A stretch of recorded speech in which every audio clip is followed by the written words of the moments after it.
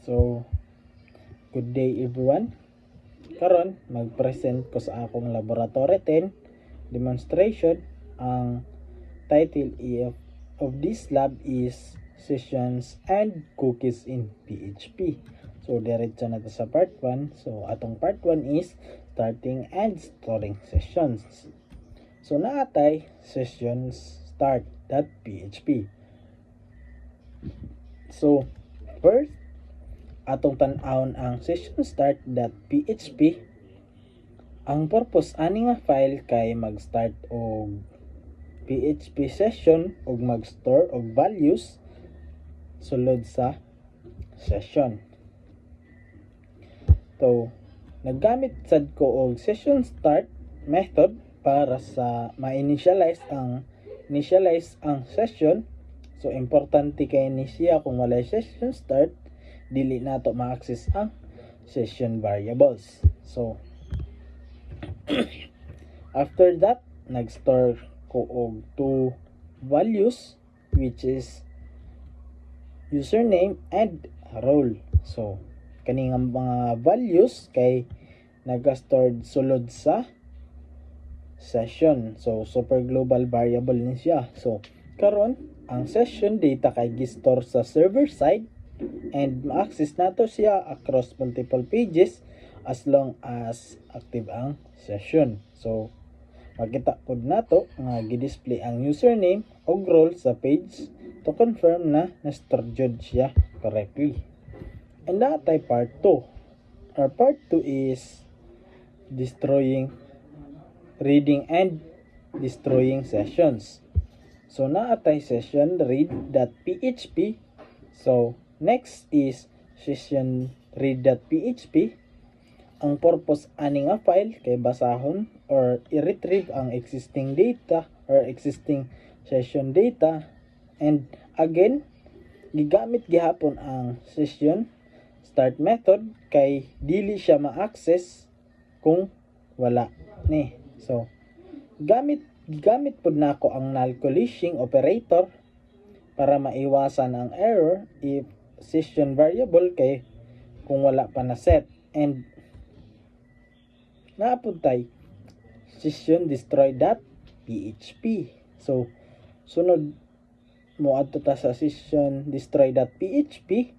So, ang purpose ani kay i-clear o i-end ang session completely. So, kaning step nga gigamit is naatay session start method para ma-access ang session, and naatay session unset method para ma-clear tanan session nga variables. Naapod tay session destroy para fully ma-terminate ang session. So, after ma-destroy ang session, ang user kay ma-redirect sa start page. So, at this point, wala na good na session data. And naatay part 3, which is working with cookies. So, naatay set cookie.php. So, now, move ta sa cookies. So, sa set cookie.php, ang purpose ani nga file kay mag-store og data sa user browser. So, gamit ang set cookie function, and giset nako ang expiration to time to 1 minute para sa demonstration purposes. And unlike sessions, ang cookies kay client side, meaning gi-store siya sa browser and sa user. And naapod tay read cookie.php. So, next is read cookie.php. So, kaninga file is naga-read siya, tapos naga-retrieve pud siya sa mga cookie value using the cookie super global variable. And naapod tay delete cookie.php.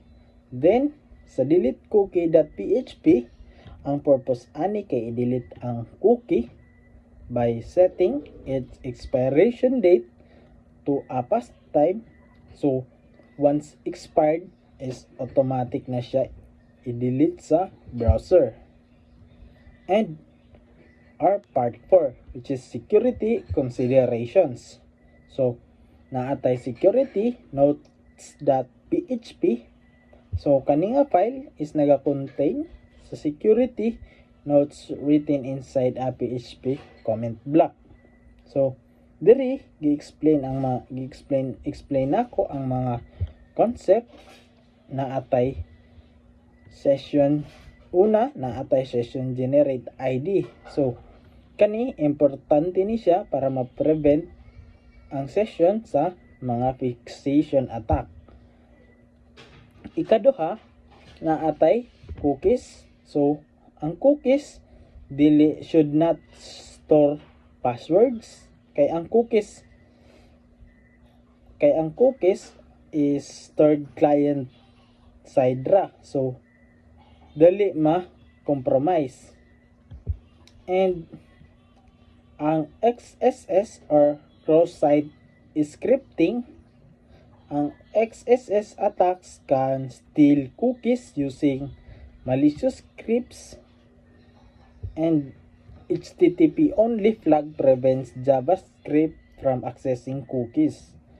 And number 4 is secure flag, which is naga-ensure sa mga cookies na only sent over HTTPS connections. So, kaning mga security na practices nagatabang ni sa mga user or nagaprotect ni sa mga user para ma-improve ang data sa application and na ay security. Ang part 5 is naatay basic login using session. So, naatay login.php. So, diri move na ta sa basic login system. Sa login.php, gi-display ang login form. If ang session already exists, ang user kay automatic na ma-redirect sa dashboard. And from the uses post method para i-secure ang data transmission. And sa login process.php is kaninga file is naga-process sa login form. So, diri gi-retrieve ang username o password using post, and also gina-check ang mga credentials against hard-coded values for demo purposes. So, kung successful mo generate ni siya sa session ID for security, also mag-store ang username sa session. So, remember me is check. So, kung mo create og cookie nga valid for 7 days. And natay part 6, which is our dashboard and logout. So, we have a dashboard.php. Ang dashboard.php kay protected page. If walay session, user kay may redirect sa login page. If naapay remember me cookie, ang session kay may restore automatically. So, diri is i-demonstrate nako ang persistent login. So, first, naatay logout.php. Finally, ang logout.php. So, diri is gi-unsend tanang mga session variables. Also, gina-destroy ang session, gina-delete ang mga remember me cookie, and gina-redirect ang user balik sa login page. So, kani naga-ensure ni sa mga proper cleanup and security. And sa gina-use sad ni siya og tarong ang session for authentication, cookies for persistent login, and the same time gina-apply siya sa mga basic security practices. So, first mag-login ta. So, mag-input og username. So, first, so now i-test nato siya live. First mag-login ta. So, mag-input ko og username og password, then click login. After login, as you can see, ma-redirect dayon ta sa dashboard. That means successful ang session authentication. Next, i-copy nato ang dashboard URL, then i-open nato siya sa new tab or refresh. So makita nato nga diretso gihapon siya sa dashboard, meaning active pa ang session and working jud ang authentication. Now mag-log out ta sa Logout. So i-click nato ang logout. After logout, gi-destroy ang session and gi-delete pud ang remember me cookie. Then atong i-try balik og access ang dashboard directly. So as you can see, dili na siya mosulod sa dashboard. Instead automatic ta niya redirect balik sa login page. So this proves nga properly nga destroy ang session, protected ang dashboard page, secure ang system against unauthorized access. So overall, working jud ang login system, secure ang session handling, and tarong ang paggamit sa cookies for persistent login. So mao ra to. Thank you for listening and watching.